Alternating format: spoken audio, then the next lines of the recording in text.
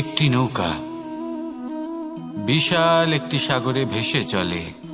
কখনো যাত্রীদের বা কখনো বিশাল বস্তুকে নিজের সাথে বহন করে নিয়ে চলে, এক স্থান থেকে অন্য স্থানে পৌঁছে দেয়।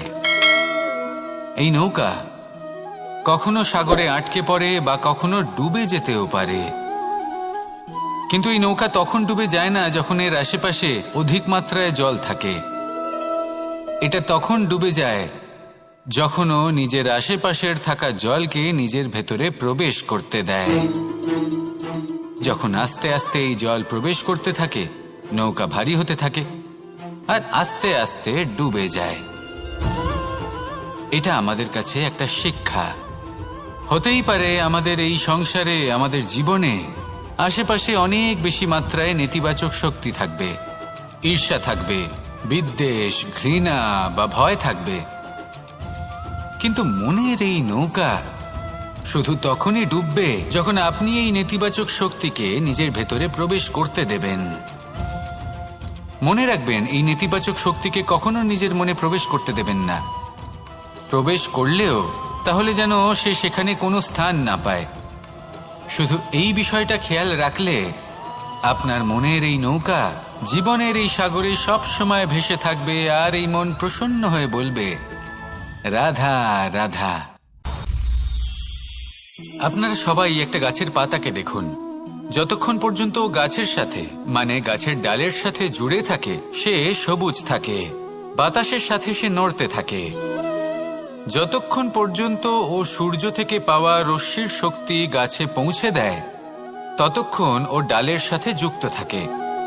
কিন্তু যখন সেই পাতা শুকিয়ে যায়, তখন তার কোনো গুরুত্ব থাকে না। সেই পাতা গাছের ডালে এবং বৃক্ষের কাছে বোঝা হয়ে থেকে যায়। এবং এমন এক সময় আসে যখন সেই ডালটি শুকনো সেই পাতাকে পরিত্যাগ করে। এটাই আমরা এই প্রকৃতিতে দেখি এবং এটাই হলো সত্য। আর এটাই আমাদের জীবনে খুব বড় একটা শিক্ষা। যদি আপনিও নিজের জীবনে নিজের আপনজনদের কাছে বোঝা স্বরূপ হয়ে দাঁড়ান, তাহলে তারা আপনাকে যতই ভালোবাসুক না কেন, ওনারা যদি নাও চান, তাহলেও এমন এক দিন আসবে যখন আপনার আপনজন আপনাকে পরিত্যাগ করবে। সেই জন্য সবসময় আত্মনির্ভর হয়ে ওঠার চেষ্টা করুন, নিরন্তর পরিশ্রম করতে থাকুন। কারোর ওপর বোঝা হয়ে থাকবেন না, বরং তার সাথে মিলে দায়িত্ব পালন করুন। এমনটা করবেন, তাহলে আপনার সম্মানও বজায় থাকবে এবং সম্পর্কের মধ্যে আপনার মূল্যও বজায় থাকবে। আসুন আর আমার সাথে ভালোবেসে বলুন, রাধা রাধা।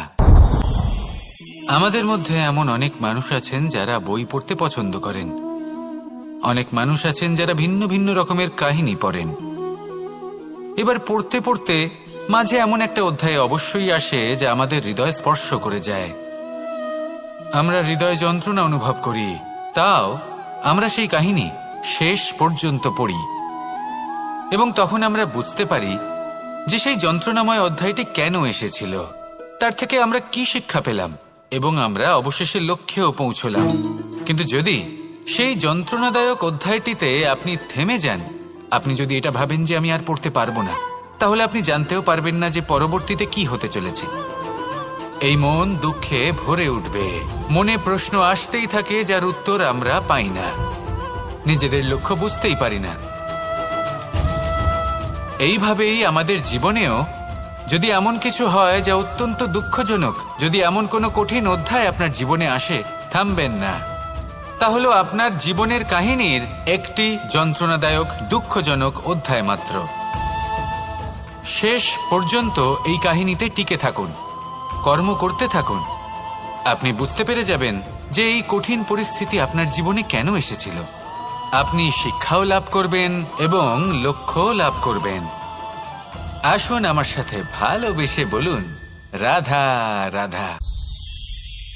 মুক্তোর এই মালা দেখতে কত সুন্দর হয়, তাই না? যিনি ধারণ করেন তাকেও এটা শীতলতা প্রদান করে, আর যে ব্যক্তি দেখে তার চোখও এই দৃশ্য দেখে শান্তি উপলব্ধি করে। কিন্তু ভাবুন, যদি এমন কিছু হয় যে সুতো দ্বারা এই মুক্তোর মালা তৈরি হয়েছে সেটা কেউ ছিঁড়ে দেয়, তাহলে এই মুক্তোর মালা ছিঁড়ে যাবে আর সমস্ত মুক্তো মাটিতে পড়ে যাবে, ছড়িয়ে পড়বে। তখন কি আমরা এটা ভাববো যে এটা তো মাটিতে পড়ে থাকা বস্তু, এটা আমি তুলব না? ভাববো না, তাই না?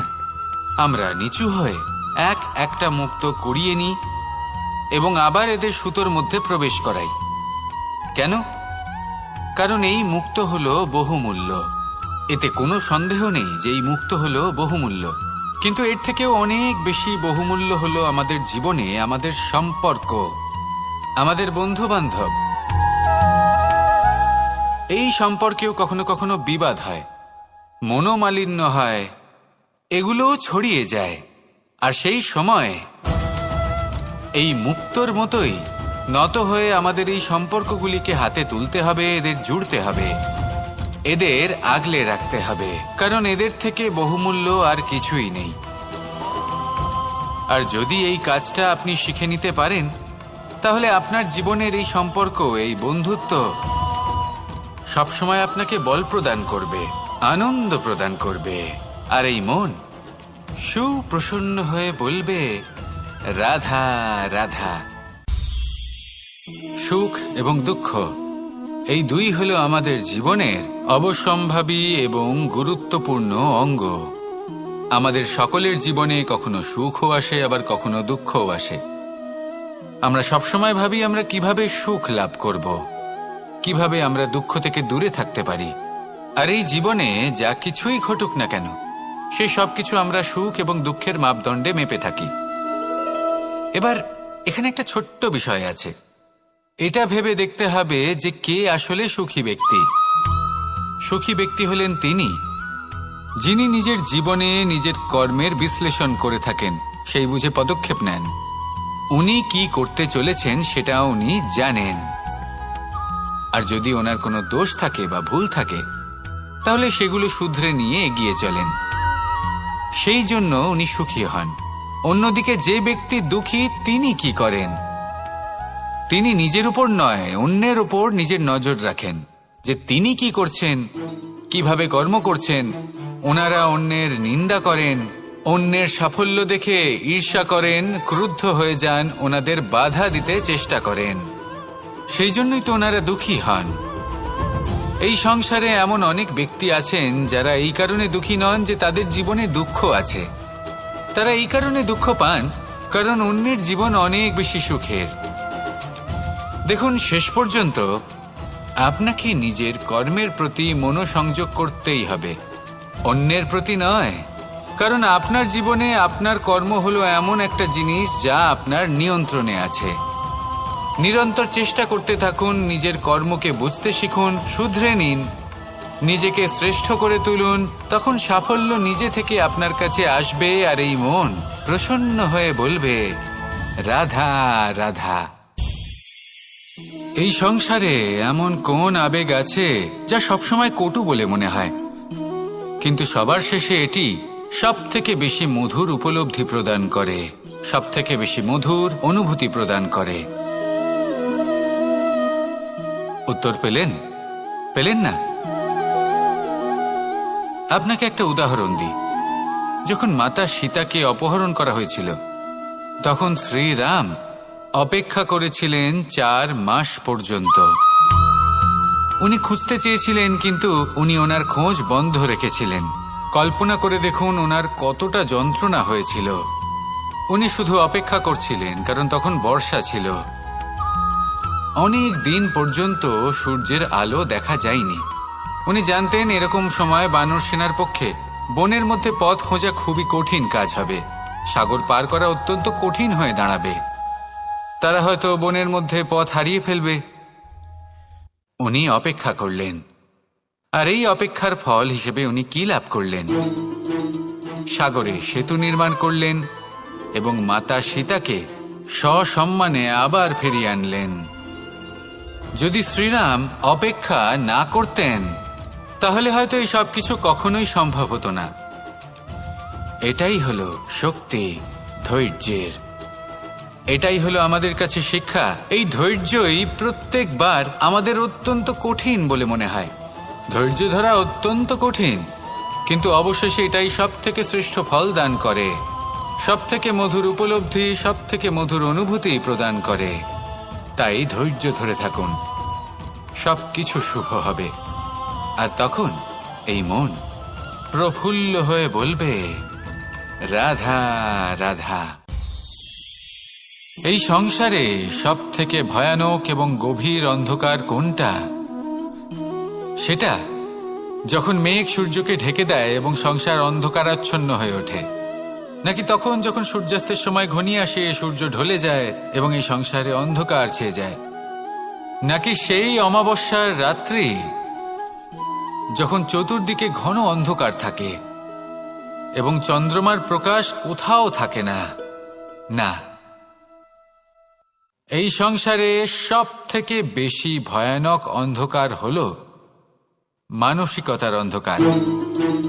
মানসিকতা খুব গভীর একটা বিষয়। এই মানসিকতাই সত্যের রূপ ধারণ করে এবং আমাদের এই মানসিকতা এবং বিবেকে একটা সূর্য থাকে। যদি আমরা এটা জীবন থেকে বের করে ফেলি, তাহলে নিরাশা, হতাশা, অসফলতা এর এমন এক ঘন অন্ধকারে আমরা ফেসে যাব যে তার থেকে বাইরে বের হওয়া প্রায় অসম্ভব ব্যাপার হয়ে দাঁড়াবে। বড়ই কঠিন হয় সেই সময়। সেই জন্য ইতিবাচক মনোভাব থাকা খুব প্রয়োজনীয়। এটা ভাববেন না যে এটা আমার সাথে কেন হলো, এই সমস্যা কেন এলো, ওই ব্যক্তি আমার সাথে এটা কেন করলেন। এটা ভাবুন যে আমি জীবনে যে পরিস্থিতিতে দাঁড়িয়ে আছি তার থেকে আমি ঠিক কিভাবে বাইরে বেরোতে পারবো। যতই ঘন অন্ধকার থাকুক না কেন, খুব ছোট একটা প্রদীপের প্রকাশ আমাদের পথপ্রদর্শক হয়ে দাঁড়াতে পারে। আর আমাদের জীবনে এই ছোট্ট একটা প্রকাশ হলো আশা। এই আশার একটি কিরণ আমাদের অত্যন্ত গাঢ় অন্ধকারেও পথ দেখাতে পারে। তাই এই আশাকে সবসময় মনে প্রজ্বলিত করে রাখুন। গাঢ় থেকে গাঢ় অন্ধকারের সাথে, কঠিন থেকে কঠিনতর সমস্যার সাথে লড়াই করুন, সামনে এগিয়ে চলুন, আর আমার সাথে ভালোবেসে বলুন, রাধা রাধা। এই সংসারে যখনই কোনো সমস্যা আসে, তখন আমরা আমাদের সব থেকে বড় সম্বলের কাছে আশ্রয় খুঁজি, তা হলো আমাদের বিশ্বাস। এবার প্রশ্ন হলো এটাই যে এই বিশ্বাস কার উপর করা যেতে পারে? পরিবারের ওপর, বন্ধুর ওপর, নাকি তাদের ওপর বিশ্বাস করা উচিত যাদেরকে আমরা কখনো সঙ্গ দিয়েছি? দেখুন, এই সংসারে বিপদের সম্মুখীন হলে কে আপনাকে সাহায্য করবে সেটা নির্বাচন করা আপনার হাতে নেই। সেটা সেই সকল ব্যক্তির উপর নির্ভরশীল যে তারা আপনাকে সাহায্য করবে নাকি করবে না। অর্থাৎ যখনই কোনো বিপদ আসে, সর্বপ্রথম তার সম্মুখীন আমাদের নিজেকেই হতে হয়, আর তার জন্য প্রস্তুত থাকা প্রয়োজনীয়। সেই শক্তি, সেই সাহস অর্জন করা প্রয়োজনীয়।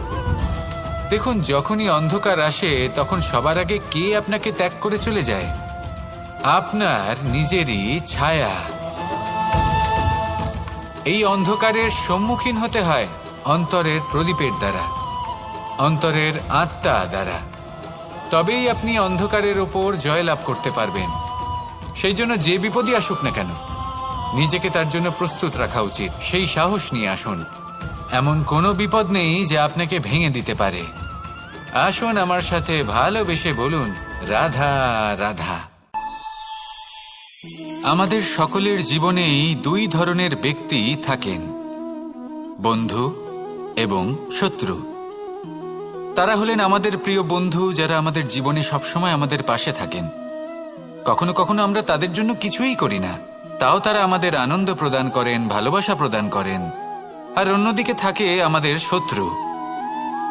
দেখতে গেলে যখন আমরা জন্ম নিই তখন কিন্তু আমাদের কোনো বন্ধু থাকে না, আমাদের কোনো শত্রুও থাকে না। কিন্তু যত ধীরে ধীরে আমরা জীবনে এগোতে থাকি, আমাদের বয়স বাড়তে থাকে,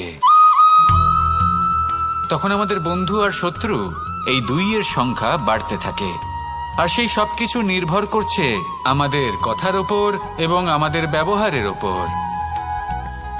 এবারে আপনি যদি কোনো ব্যক্তিকে স্বাগত জানান উদার চিত্তে, ভালোবেসে, তাহলে সেই ব্যক্তি আপনার বন্ধু হবেই হবে। কিন্তু যদি আপনি নিজে হাতে কাউকে সামনে অগ্রসর হতে বাধা দেন, বিনা কারণে তার সাথে খারাপ ব্যবহার করেন, তাহলে তার মনে শত্রুতার বোধ অবশ্যই জেগে উঠবে। আর রইল বিষয় কথার, যদি আপনার কথা মধুর হয় তাহলে সবাইকে আপনি আপন করে নিতে পারবেন। এই কথাই যদি কটু হয় তাহলে আপনার আপনজনেরাও দূরে চলে যেতে পারে। তাই নিজের কথার ওপর সংযম রাখুন এবং নিজের আচরণ উদার করে তুলুন। জীবনে সুখই সুখ থাকবে। আসুন আমার সাথে ভালোবেসে বলুন রাধা রাধা। একদিকে হলো আঙুর আর অন্যদিকে কিশমিশ। দেখতে গেলে এই দুটোই সবারই খুব প্রিয়। শিশু হোক, যুবক হোক বা কোনো বৃদ্ধ ব্যক্তি হোক না কেন। আর দেখতে গেলে এই কিশমিশ এটা আঙুর থেকেই আসে, তারই অন্য একটি রূপ। কিন্তু কখনো হাটে যান আর গিয়ে জিজ্ঞেস করুন যে এই কিশমিশ আর আঙুর এই দুইয়ের মধ্যে অধিক মূল্য কার। আপনিও নিশ্চয়ই জানবেন যে কিশমিশের মূল্য আঙুরের থেকে অনেক গুণ বেশি। এবার এরকম কেন হয়?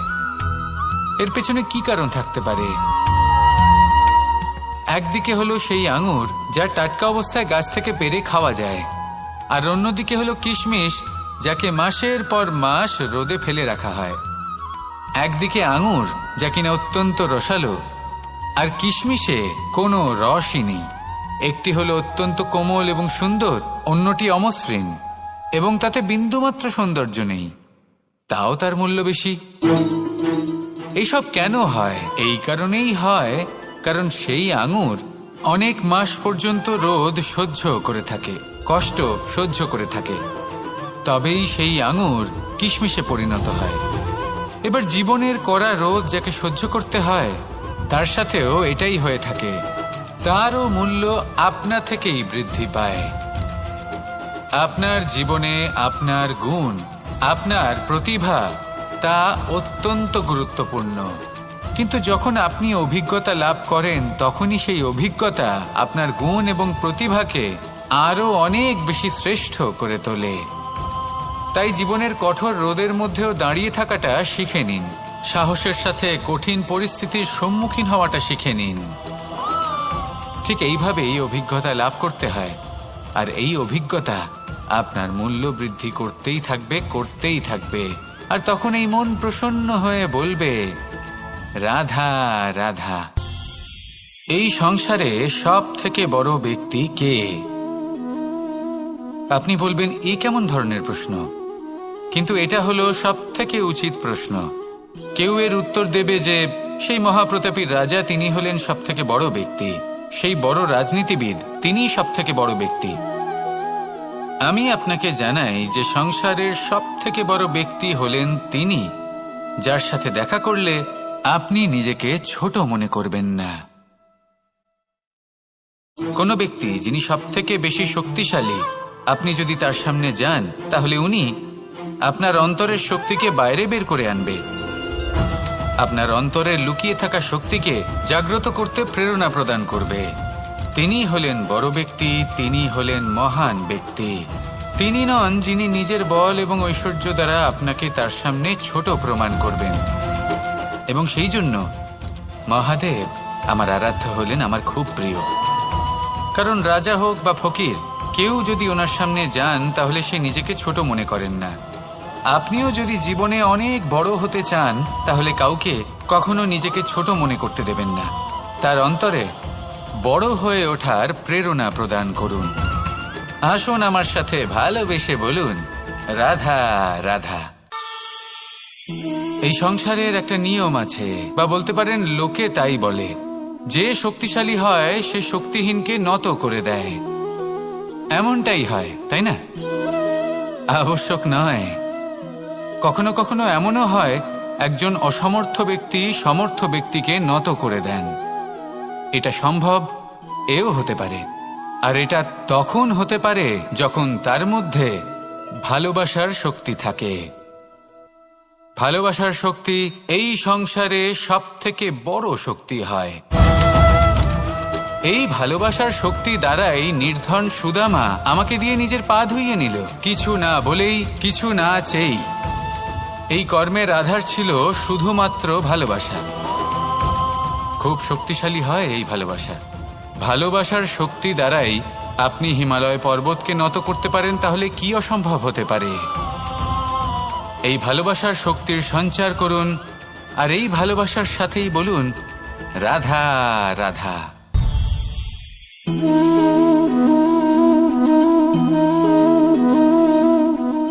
জল এই সংসারের সমস্ত প্রধান তত্ত্বের মধ্যে একটি।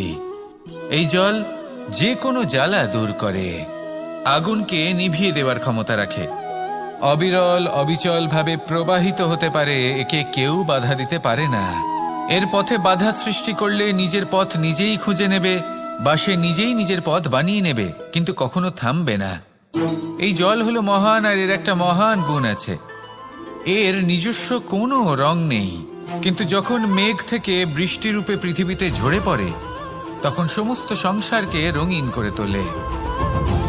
যেখানে খরা হয়েছে সেখানে শ্যামল করে তোলে, যে স্থান শ্যামল সেখানে ভিন্ন ভিন্ন প্রকারের পুষ্প ফুটিয়ে তোলে। এই জল, এই জলের মতন আমাদের হতে হবে। ওর যেমন কোনো রং নেই, আমাদেরও যেন কোনো অহংকার না থাকে। শুধু কর্মের এই ধারাতে বইতে থাকুন, এই সংসারের মঙ্গল করতে থাকুন, শ্রেষ্ঠ কর্ম করতে থাকুন। এই সংসারকে এটা বলার কোনো প্রয়োজন নেই যে আপনি কে। আপনি যদি কর্ম করতে থাকেন, তাহলে এই সংসার নিজে থেকেই আপনার মূল্য জানতে পারবে, আর তখন এই মন প্রসন্ন হয়ে বলবে, রাধা রাধা। মানুষ একটা অত্যন্ত শ্রেষ্ঠ কর্ম করতে পারেন, সেটা হলো ভুলে যেতে পারা, আর সেটা বরদানের চেয়ে কম কিছু নয়। মানুষকে যখন কোনো কারণে নিজের প্রিয়জনদের থেকে দূরে যেতে হয়,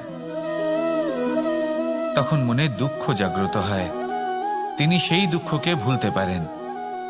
কখনো কোনো সম্পর্ক থেকে যদি দুঃখ পেয়ে থাকেন, তখন সেই দুঃখকে ভুলতে পারেন। কিন্তু এই সংসারের প্রত্যেক আবেগ, প্রত্যেক বস্তু ভুলে যাওয়া উচিত নয়।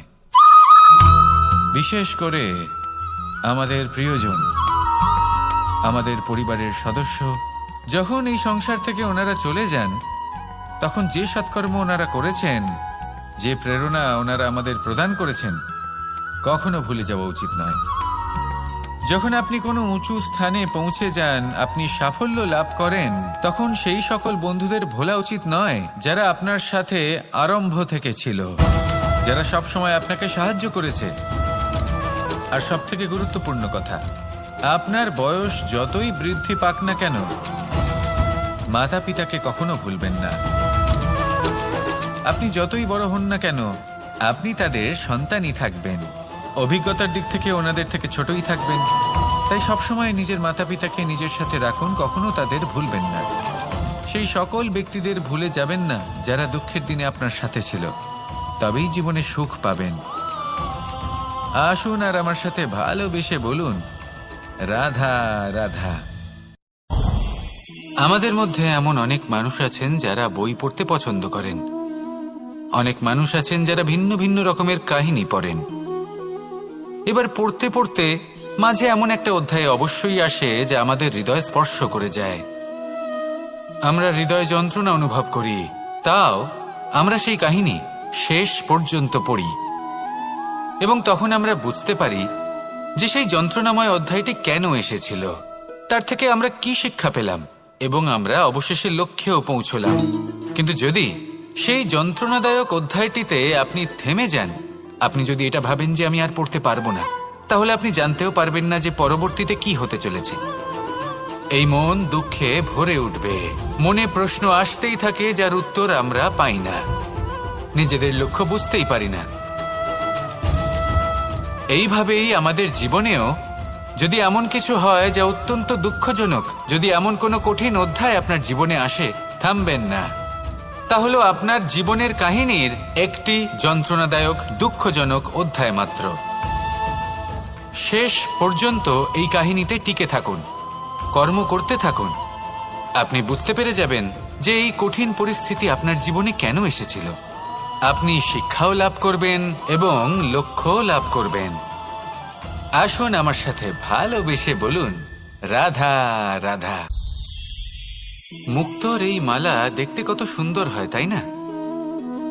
যিনি ধারণ করেন তাকেও এটা শীতলতা প্রদান করে, আর যে ব্যক্তি দেখে তার চোখও এই দৃশ্য দেখে শান্তি উপলব্ধি করে।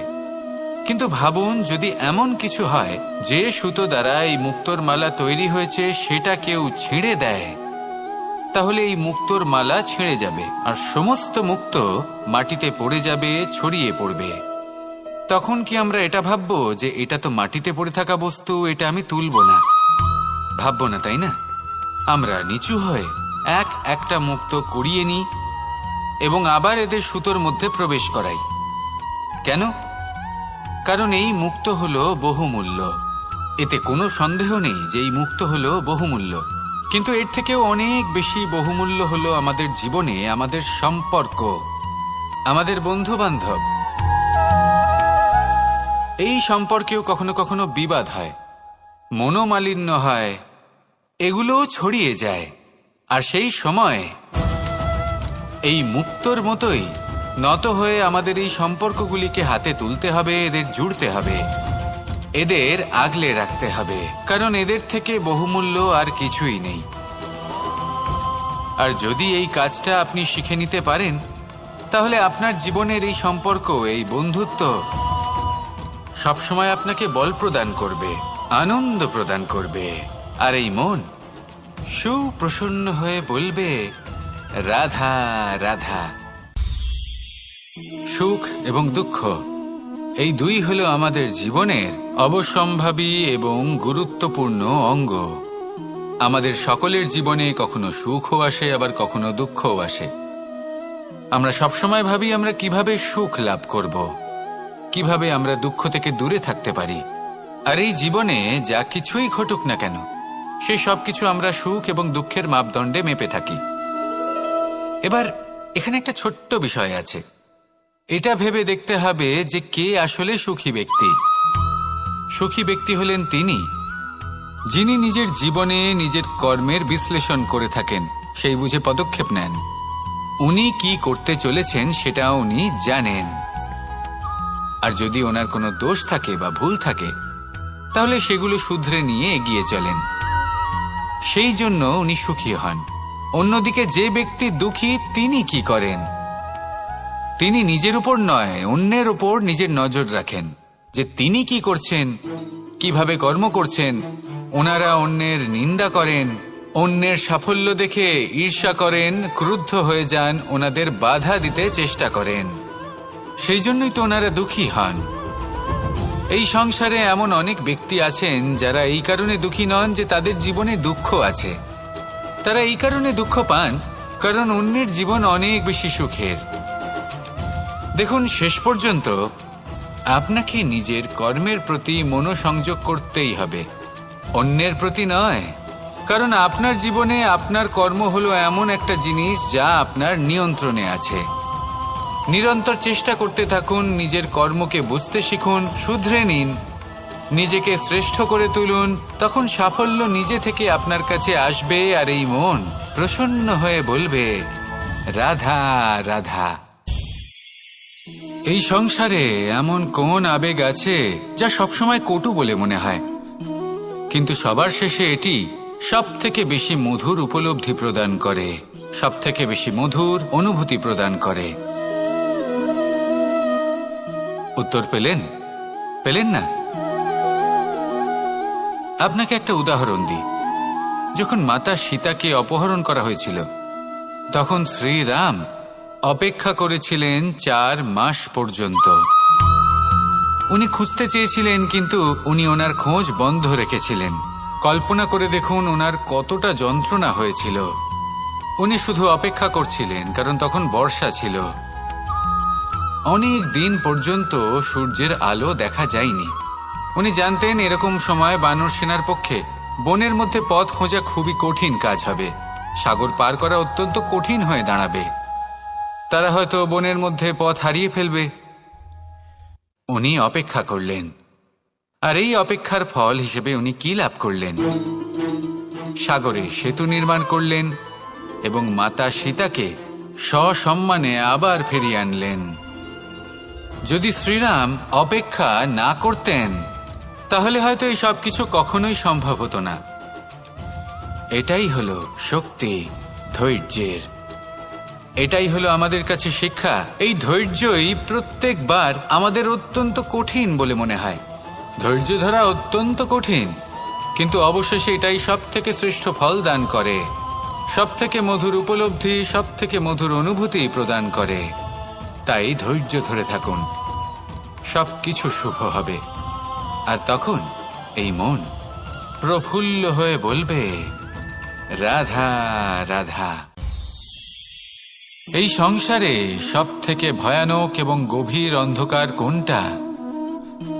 সেটা যখন মেঘ সূর্যকে ঢেকে দেয় এবং সংসার অন্ধকারাচ্ছন্ন হয়ে ওঠে, নাকি তখন যখন সূর্যাস্তের সময় ঘনিয়ে আসে, সূর্য ঢলে যায় এবং এই সংসারে অন্ধকার ছেয়ে যায়, নাকি সেই অমাবস্যার রাত্রি যখন চতুর্দিকে ঘন অন্ধকার থাকে এবং চন্দ্রমার প্রকাশ কোথাও থাকে না?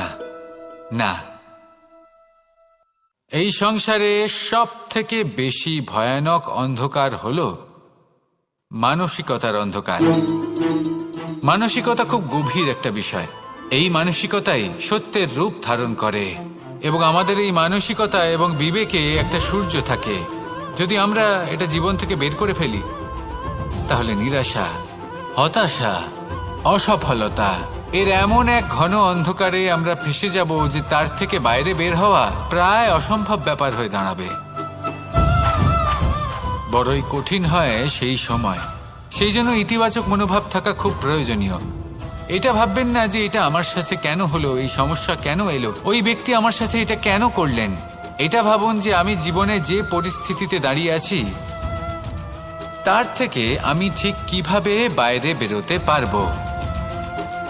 যতই ঘন অন্ধকার থাকুক না কেন, খুব ছোট একটা প্রদীপের প্রকাশ আমাদের পথপ্রদর্শক হয়ে দাঁড়াতে পারে। আর আমাদের জীবনে এই ছোট্ট একটা প্রকাশ হলো আশা। এই আশার একটি কিরণ আমাদের অত্যন্ত গাঢ় অন্ধকারেও পথ দেখাতে পারে। তাই এই আশাকে সবসময় মনে প্রজ্বলিত করে রাখুন। গাঢ় থেকে গাঢ় অন্ধকারের সাথে, কঠিন থেকে কঠিনতর সমস্যার সাথে লড়াই করুন, সামনে এগিয়ে চলুন, আর আমার সাথে ভালোবেসে বলুন, রাধা রাধা। এই সংসারে যখনই কোনো সমস্যা আসে, তখন আমরা আমাদের সব থেকে বড় সম্বলের কাছে আশ্রয় খুঁজি, তা হলো আমাদের বিশ্বাস। এবার প্রশ্ন হলো এটাই যে এই বিশ্বাস কার উপর করা যেতে পারে? পরিবারের ওপর, বন্ধুর ওপর, নাকি তাদের ওপর বিশ্বাস করা উচিত যাদেরকে আমরা কখনো সঙ্গ দিয়েছি? দেখুন, এই সংসারে বিপদের সম্মুখীন হলে কে আপনাকে সাহায্য করবে সেটা নির্বাচন করা আপনার হাতে নেই। সেটা সেই সকল ব্যক্তির উপর নির্ভরশীল যে তারা আপনাকে সাহায্য করবে নাকি করবে না।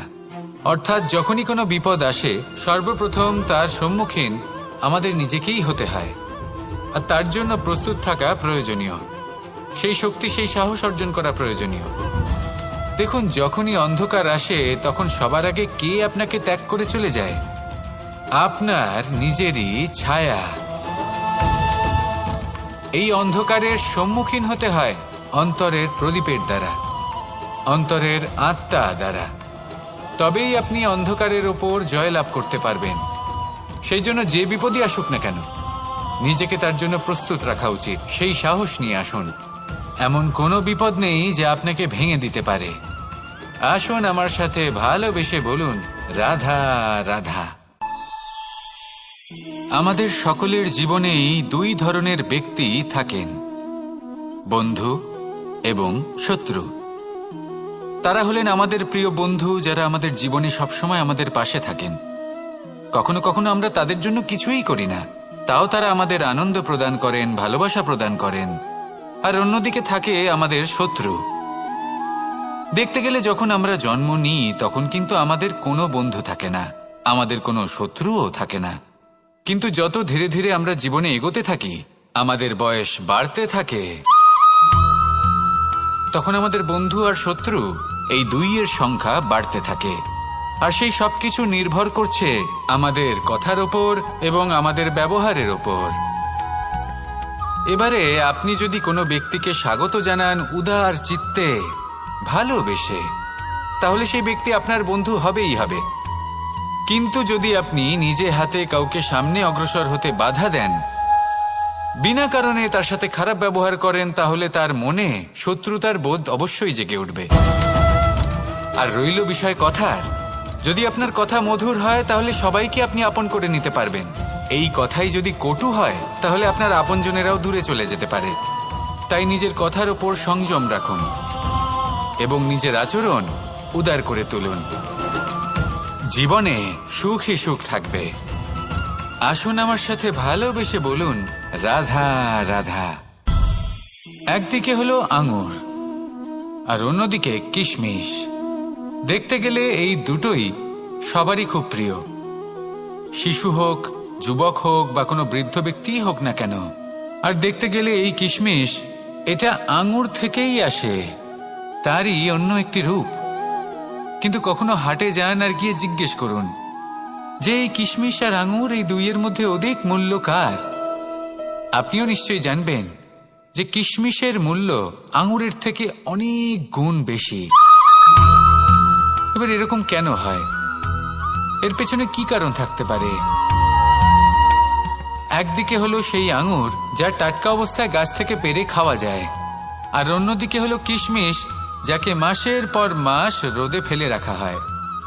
একদিকে আঙুর যা কিনা অত্যন্ত রসালো, আর কিশমিশে কোনো রসই নেই। একটি হলো অত্যন্ত কোমল এবং সুন্দর, অন্যটি অমসৃণ এবং তাতে বিন্দুমাত্র সৌন্দর্য নেই, তাও তার মূল্য বেশি। এইসব কেন হয়? এই কারণেই হয় কারণ সেই আঙুর অনেক মাস পর্যন্ত রোদ সহ্য করে থাকে, কষ্ট সহ্য করে থাকে, তবেই সেই আঙুর কিশমিশে পরিণত হয়। এবার জীবনের কড়া রোদ যাকে সহ্য করতে হয়, তার সাথেও এটাই হয়ে থাকে। তারও মূল্য আপনা থেকেই বৃদ্ধি পায়। আপনার জীবনে আপনার গুণ, আপনার প্রতিভা, তা অত্যন্ত গুরুত্বপূর্ণ। কিন্তু যখন আপনি অভিজ্ঞতা লাভ করেন, তখনই সেই অভিজ্ঞতা আপনার গুণ এবং প্রতিভাকে আরও অনেক বেশি শ্রেষ্ঠ করে তোলে। তাই জীবনের কঠোর রোদের মধ্যেও দাঁড়িয়ে থাকাটা শিখে নিন। সাহসের সাথে কঠিন পরিস্থিতির সম্মুখীন হওয়াটা শিখে নিন। ঠিক এইভাবেই অভিজ্ঞতা লাভ করতে হয়, আর এই অভিজ্ঞতা আপনার মূল্য বৃদ্ধি করতেই থাকবে, করতেই থাকবে। আর তখন এই মন প্রসন্ন হয়ে বলবে, রাধা রাধা। এই সংসারে সব থেকে বড় ব্যক্তি কে?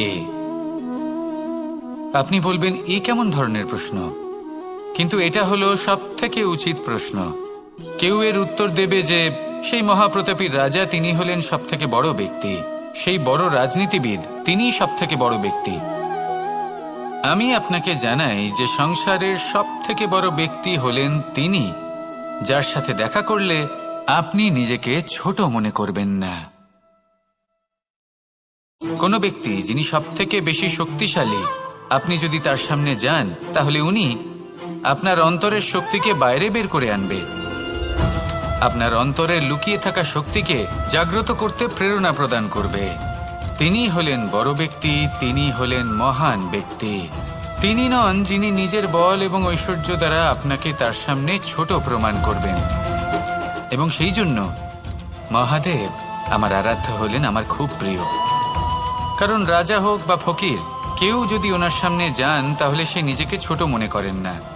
আপনিও যদি জীবনে অনেক বড় হতে চান, তাহলে কাউকে কখনো নিজেকে ছোট মনে করতে দেবেন না। তার অন্তরে বড় হয়ে ওঠার প্রেরণা প্রদান করুন। আসুন আমার সাথে ভালোবেসে বলুন, রাধা রাধা।